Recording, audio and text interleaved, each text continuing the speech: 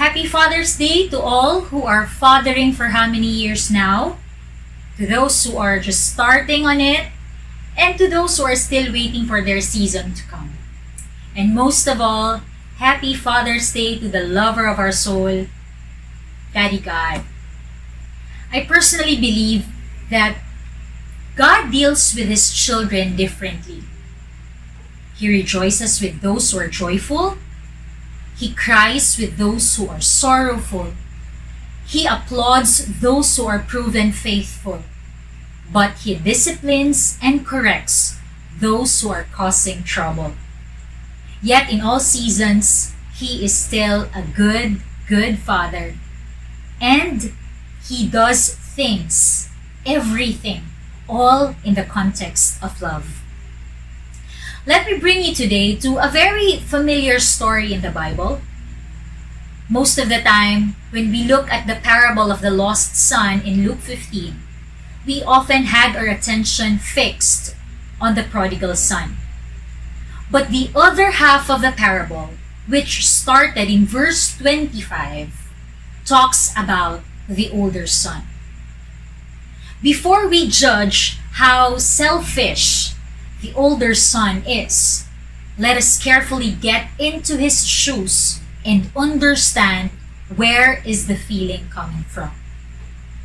While the younger son is out there squandering the wealth of his father, the older son stayed. He worked in the field. He was helping his father's business. He never went away. But when he heard that a party was thrown for his brother who just came back, nagpatumba pagbaka ang iyang amahan, he was very angry. And listen to what he said. All these years, I've slaved for you and never once refused to do a single thing you told me to. And in all that time, you never gave me even one young goat for a feast with my friends. Yet when this son of yours comes back, after squandering your money on prostitutes, you celebrate by killing the fattened calf? Now, this is a very valid sentiment. How many of us have become the older brother in some situations of our lives? You stayed, you worked, you labored, but it seems that you did not get the validation and acknowledgement you need for all the hard work you poured in. You probably are dedicating so much of yourself to a company who cannot even give you an equitable salary, benefits, hazard pay, or even just a commendation from your boss. Or if you are a student, you are struggling so hard to get good grades pero parang ang kulang pa rin for your parents.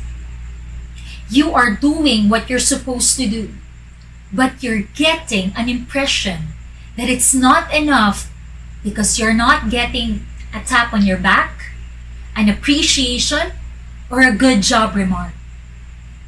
Every time we feel this way, Satan comes into the picture and makes matters worse.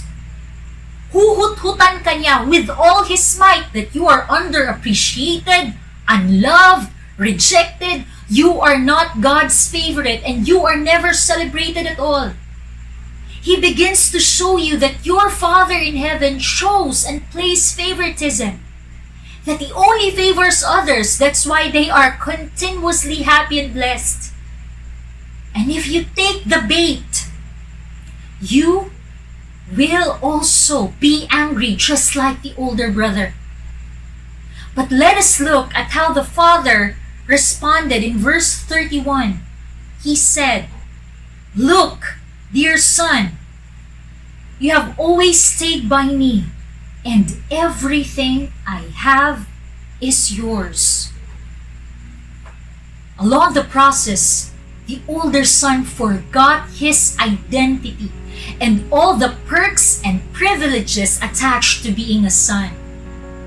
He was a legitimate son acting like an orphan, acting like he doesn't belong to a family. Friends, remember who you are. And remember whose you are. You are a child of the King, and you are blessed with every spiritual blessing in the heavenly realms. The enemy wants us to forget this or not know about this, because a person who doesn't know his identity is bound for a pity party. But John 1:12 says, "But to all who received him, who believed in his name, he gave them the power to become children of God." Starting today, remind yourself, I am a child of God. I have been bought with a price, and I belong to you. I cannot be separated from your love. I am who you say I am. With this truth, we don't need any more the validation of the world. We just need to hear what our dad will say, and that is, "This is my child, in whom I am well